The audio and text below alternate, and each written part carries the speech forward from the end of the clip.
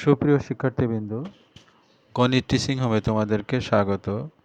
ষষ্ঠ শ্রেণীর অনুশীলনী 1.2-এর সংক্ষিপ্ত প্রশ্ন উত্তর, যেগুলো তোমাদেরকে এমসিকিউ এর জন্য কাজে লাগবে।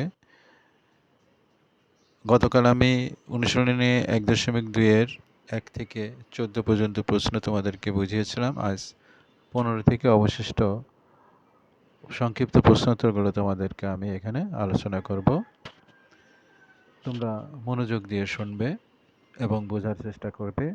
কোনো প্রশ্ন থাকলে কমেন্টে তা জানাবে। 15 নম্বর প্রশ্ন, কোনো সংখ্যার একক স্থানীয় অঙ্ক 0, 2, 4, 6 বা 8 হলে সংখ্যাটিকে কি বলে? উত্তর, কোনো সংখ্যার একক স্থানীয় অঙ্ক 0, 2, 4, 6 বা 8 হলে সংখ্যাটিকে জোড় সংখ্যা বলে। 16 নম্বর প্রশ্ন, 2 বা ততোধিক সংখ্যার সাধারণ গুণনীয়ক কত হলে সংখ্যাগুলো পরস্পর সহমৌলিক? আমরা জানি যে সকল সংখ্যার সাধারণ গুণনীয়ক মাত্র 1, শুধুমাত্র 1, তারা পরস্পর সহমৌলিক। সুতরাং 2 বা ততোধিক সংখ্যার সাধারণ গুণনীয়ক 1 হলে সংখ্যাগুলো পরস্পর সহমৌলিক। কোনো সংখ্যাকে 5 দ্বারা গুণ করলে গুণফলের একক স্থানীয় অঙ্কটি কত হবে? যে কোনো সংখ্যাকে 5 দ্বারা গুণ করলে গুণফলের একক স্থানীয় অঙ্ক 0 অথবা 5 হবে। 18 নম্বর, 3567 সংখ্যাটির সাথে কমপক্ষে কত যোগ করলে সংখ্যাটি 9 দ্বারা বিভাজ্য? আমরা জানি যে সকল সংখ্যার অঙ্কগুলোর সমষ্টি 9 দ্বারা বিভাজ্য, সেই সংখ্যাটা 9 দ্বারা বিভাজ্য। এক্ষেত্রে তোমরা প্রদত্ত সংখ্যার অঙ্কগুলোর সমষ্টি করবে, যোগফল নির্ণয় করবে। নির্ণয় করার পরে 9-এর গুণিতক হতে যত প্রয়োজন ঠিক তত যোগ করতে হবে। এখানে দেখো 3, 5, 6, 7 এগুলো যোগ করলে আমরা 21 পাবো। তাহলে 9-এর গুণিতক 9কে 9, 9 দুগুণে 18, 3 নং 27, অর্থাৎ 21 থেকে বড় পরবর্তী গুণিতক হচ্ছে 27। তার মানে 27 থেকে 21 বিয়োগ করলে 6। তাহলে এক্ষেত্রে সংখ্যাটির সাথে যদি আমরা 6 যোগ করি তাহলে সংখ্যাটি অবশ্যই 9 দ্বারা বিভাজ্য হবে। তাহলে এখানে উত্তর হবে 6।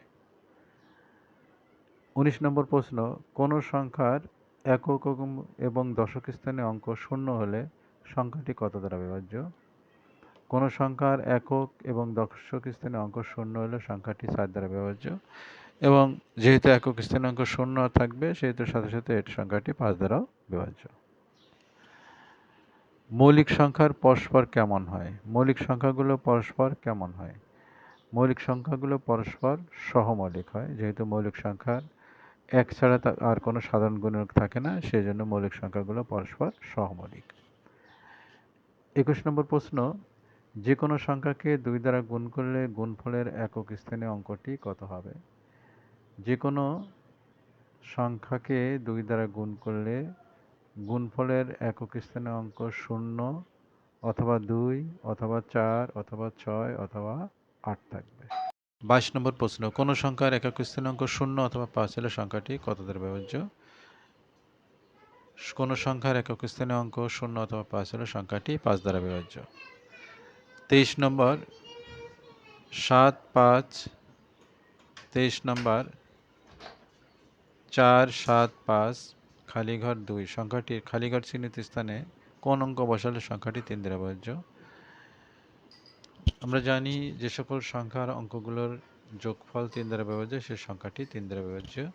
এক্ষেত্রে সংখ্যাটিতে যে অঙ্কগুলো দেওয়া আছে সেগুলো যোগ করবা, যোগ করে দেখবা যে এর সাথে আর কত যোগ করলে পরে সংখ্যাটি 3 দ্বারা বিভাজ্য হবে, ঠিক ততই এখানে বসাবে। এক্ষেত্রে যদি প্রদত্ত অঙ্কগুলোর যোগফল যদি 3 দ্বারা বিভাজ্য হয়ে যায়, তাহলে এখানে এক অঙ্কের 3-এর গুণিতক এক অঙ্কের যেগুলো আছে সেগুলোর যে কোনো একটা বসালেই 3 দ্বারা বিভাজ্য হবে, অর্থাৎ 0 অথবা 3 অথবা 6 অথবা 9, যে কোনো একটি বসালেই সংখ্যাটি 3 দ্বারা বিভাজ্য হয়ে যাবে। তো এক্ষেত্রে আমরা দেখি 4, 7, 5 এবং 2 যদি যোগ করি তাহলে এখানে আমরা 18 পাবো।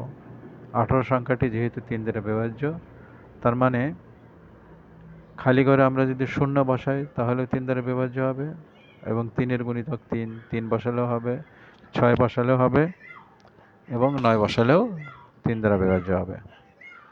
কোন সংখ্যা 2 এবং 3 দ্বারা বিভাজ্য হলে সংখ্যাটি কত দ্বারা বিভাজ্য হবে? কোন সংখ্যা 2 এবং 3 দ্বারা বিভাজ্য হলে সংখ্যাটি 2 এবং 3 এর গুণফল অর্থাৎ 6 দ্বারা বিভাজ্য হবে।